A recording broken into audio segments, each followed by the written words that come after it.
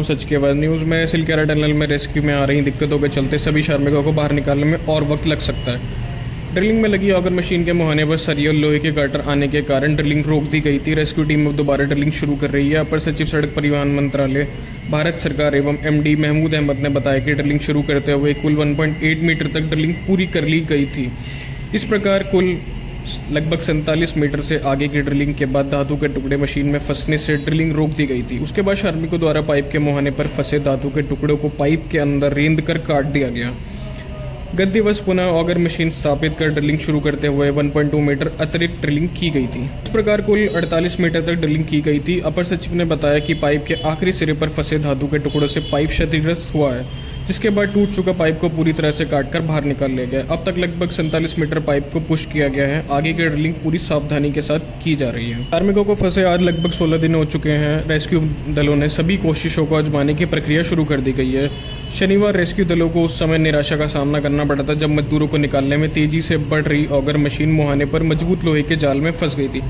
Tunnel के मलबे के रॉड और पाइप को ड्रिलिंग दौरान हटाने में ऑगर मशीन के ब्लेड बुरी तरह खराब हो गए थे। ऑगर मशीन से उम्मीद रेस्क्यू टीम नए विकल्प की मांग कर रही है। अभी तक करीब 48 मीटर की ड्रिलिंग की जा चुकी है, जबकि 11 मीटर की ड्रिलिंग होनी बाकी है।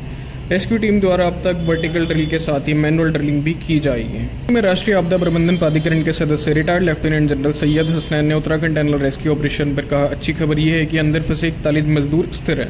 सभी चीज़ें भेजी जा रही हैं। हालांकि बचाव अभियान में कुछ समस्याओं का सामना करना पड़ रहा है। ऑपरेशन के दौरान बर्मा मशीन क्षतिग्रस्त हो गई थी और इसका कुछ हिस्सा बाहर नहीं लाया जा सका। अब बर्मा मशीन के उस हिस्से को बाहर नहीं लाया जा सका तो बर्मा मशीन के उस हिस्से को बाहर लाने के लिए भारतीय वायुसेना द्वारा हवाई मार्ग से एक अन्य मशीन जल्दी सुरंग स्थल पहुंचाई जाएगी।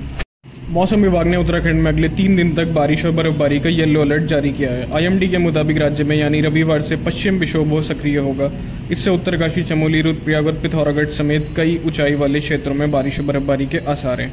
आज राज्य के जिलों में बारिश और बर्फबारी पड़ सकती है। रामनगर में अवैध खनन मामले में कार्यवाहक मुख्य न्यायाधीश मनोज कुमार तिवारी एवं न्यायमूर्ति पंकज पुरोहित की खंडपीठ के समक्ष सुनवाई हुई।